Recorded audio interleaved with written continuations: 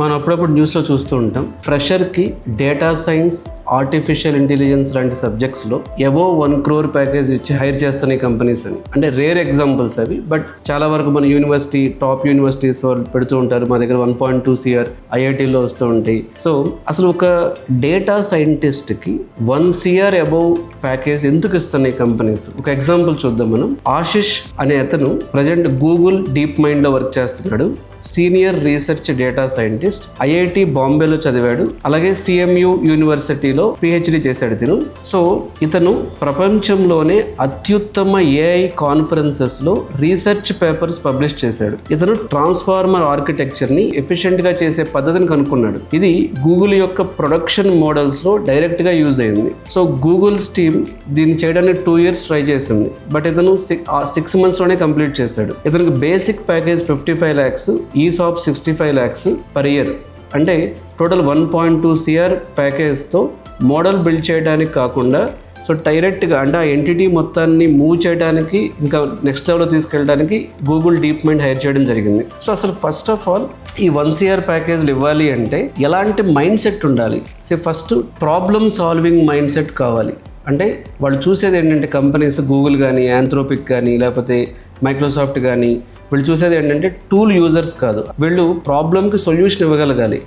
Python లాంటివి నేర్చుకున్న వాళ్ళు లక్షల మంది ఉన్నారు, కానీ company 100 crores business problems solve చేసే వాళ్ళు చాలా తక్కువ మంది. అంటే ఆ కంపెనీ బిజినెస్ మీ ద్వారా ఇంక్రీజ్ అవ్వాలి. ఆ కంపెనీ బిజినెస్లో ఫేస్ చేసే ప్రాబ్లమ్స్ని, వాళ్ళ ప్రొడక్ట్ ఎఫిషియన్సీని ఇంప్రూవ్ చేయగలిగేటటువంటి సొల్యూషన్స్ ఇచ్చే మైండ్ సెట్ ఉండాలి. అలాగే డీప్ మ్యాథమెటికల్ ఫౌండేషన్ ఉంటుంది. లీనియర్ ఆల్జీబ్రా, ప్రాబబిలిటీ ఆప్టిమైజేషన్, వీటి మీద డెప్త్ నాలెడ్జ్ ఉండాలి. సో జస్ట్ ఒక టూల్ యూజ్ చేయటం వేరు, అల్గారిథం లోపల ఏం జరుగుతుందో అర్థం చేసుకోవటం వేరు. సో 1 CR ప్యాకేజ్ మీరు కొట్టాలి అంటే డేటా సైన్స్లో ఎస్పెషల్లీ అల్గారిథం లోపల ఏం జరుగుతుందో అర్థం చేసుకోవటం అనేది చాలా ఇంపార్టెంట్. అలాగే రీసెర్చ్ చేయగలగాలి, ప్రొడక్షన్ రెండు చేయగలగాలి. సో ల్యాబ్లో పేపర్ రాయటం వేరు, ఆ మోడల్ని మిలియన్స్ ఆఫ్ యూజర్స్కి సర్వ్ చేయటం వేరు. ఈ రెండు చేయగలిగే వాళ్ళు చాలా rare. So research and production రెండు చేయగలిగితే డేటా సైన్స్లో హైయెస్ట్ ప్యాకేజ్కి వెళ్ళొచ్చు మీరు. అలాగే జనరిక్ డేటా సైంటిస్ట్గా ఒక 6 monthsలో మీరు ట్రైన్ అవ్వచ్చు. కానీ న్యూర్ IPS లాంటి కాన్ఫరెన్సెస్లో వాటి పేపర్స్ని మీరు రీసెర్చ్ AI మీద, అడ్వాన్స్డ్ AI మీద పేపర్స్ని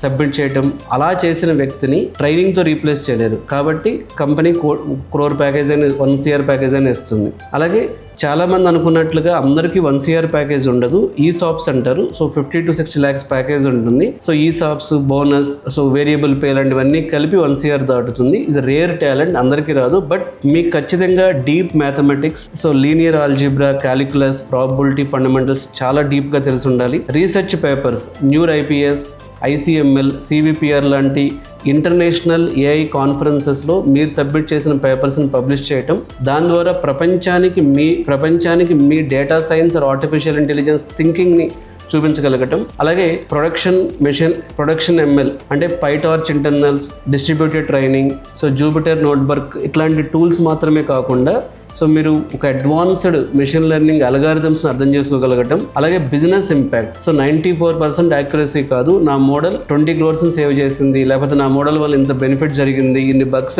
రికవర్ అయినాయి, ఇలాంటి చెప్పగలగాలి. అలాగే advanced things, MLOps, Kubernetes, feature stores, so real time pipe lines deploy చేయటం, వాటిని మానిటర్ చేయటం. అలాగే కాంప్లెక్స్ మోడల్స్ని CEOకి అర్థమయ్యేలాగా, లీడర్షిప్కి ట్రస్ట్ బిల్డ్ అయ్యేలాగా మీరు కమ్యూనికేట్ చేయగలగాలి. సో డేటా సైంటిస్ట్గా 1 CR ప్యాకేజ్ లాంటి రేర్ టాలెంట్ మనం వెళ్ళాలి అంటే టూల్ యూజర్స్ కాదు, కొత్త మోడల్స్ ని బిల్డ్ చేసే ఐడియాస్ ఉండాలి.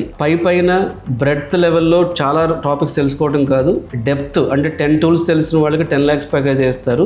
బట్ ఒక్క డొమైన్లో NLP కానీ, లేకపోతే ఒక్క డొమైన్లో మీరు డెప్త్ నాలెడ్జ్ ఉంటే, మీరు రీసెర్చ్ కూడా చేయగలిగితే, వరల్డ్ క్లాస్ టాలెంట్ ఉంటే ఒక్క డొమైన్లో 10 tools తెలియాల్సిన అవసరం లేదు, మీ ప్యాకేజ్ బాగుంటుంది. అలాగే మీరు చేసింది పబ్లిక్ డొమైన్స్లో, గిట్హబ్లో కానీ, కాగిల్ ప్లాట్ఫామ్స్లో కానీ, రీసెర్చ్ పేపర్స్లో కానీ, ఇంటర్వ్యూ కంటే ముందే మీ వర్క్ని మీరు ప్రపంచానికి చూపించగలిగితే కంపెనీస్ నుంచే మీకు కాల్స్ వస్తాయి. ఇంకొకటి 6 నెలల్లో డేటా సైంటిస్ట్ అయిపోవాలని కాకుండా 3 to 5 years మీరు డీప్గా ఇన్వెస్ట్ చేసి మీ టైంని, సో రీసెర్చ్ మోడల్లో కానీ థింక్ చేస్తే, so as a data scientist కానీ, లేకపోతే AI ఇంజనీర్గా కానీ మీరు ఇర్రీప్లేసబుల్ అవుతారు. అప్పుడు మీ ప్యాకేజ్ డెఫినెట్గా చాలా హై ఉంటుంది. ఇక్కడ ప్యాకేజ్ అనేది పాయింట్ కాదు. డేటా సైన్స్ అనే సబ్జెక్ట్లో ఈ వీడియోలో డిస్కస్ చేసిన విధంగా అడ్వాన్స్డ్ లెవెల్ నాలెడ్జ్ ఉంటే డెఫినెట్గా టాప్ ప్రొడక్ట్ బేస్డ్ కంపెనీస్ మిమ్మల్ని సీనియర్ డేటా సైంటిస్ట్గా, సీనియర్ డేటా రీసెర్చ్ అనలిస్ట్గా హైర్ చేయడానికి హై ఛాన్సెస్ ఉన్నాయి. సో మీలో ఎవరైనా advanced career paths, generative AI, quantum computing, agentic AI, data scientist, cyber security specialist, advanced career పాస్లోకి వెళ్ళాలి, బట్